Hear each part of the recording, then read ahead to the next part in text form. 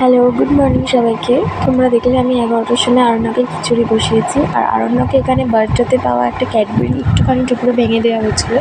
সেটা তো সে পেয়ে ভীষণ খুশি। খেয়ে দিয়ে একবারে গায়ে, পেটে, পা, ডাইপারে চারিদিকে চাদরে মেখে মেখে একদম ভর্তি করেছে। আবার আঙুল চুষে চুষে খাচ্ছে।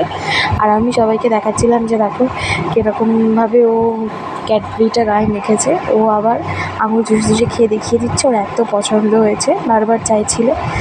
ও সকালবেলায় স্নান টান হয়ে গিয়েছে অনেকটা তাড়াতাড়ি, যেহেতু ওয়েদারটা খুব খারাপ, মা তাড়াতাড়ি ওকে স্নান করিয়ে দেয়। কিন্তু স্নান করার পরেও আবার ক্যাডবেরি খেয়ে এই অবস্থা করেছে বলে আবার ওকে ভালো করে পরিষ্কার করতে হচ্ছে, গা হাত পা মুছিয়ে একদম ক্লিন করে। গা হাত পা পুরো চটচটে হয়ে যাচ্ছে, যেখানটা ধরছে যাকে ধরছে তার গায়ে পুরো চটচটে করে দিচ্ছে। ওই জন্য ওকে আবার আমি পরিষ্কার করে দিচ্ছিলাম। আর ভিডিওটাতে যতটা তাড়াতাড়ি দেখা যাচ্ছে আরণ্যকে কিন্তু ক্লিন করতে তার থেকে দ্বিগুণ, 3 গুণ, 4 গুণ, 5 গুণ বেশি সময় লেগে যায়।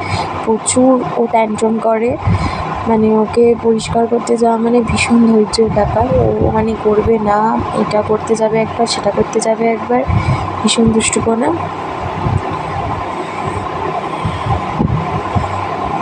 যাই হোক, তো কোনোভাবে গাটা পরিষ্কার করে নিয়ে আমি পাউডার দিয়ে দিয়েছিলাম একটুখানি গায়ে, সারা গা চটচট চটচট করছে।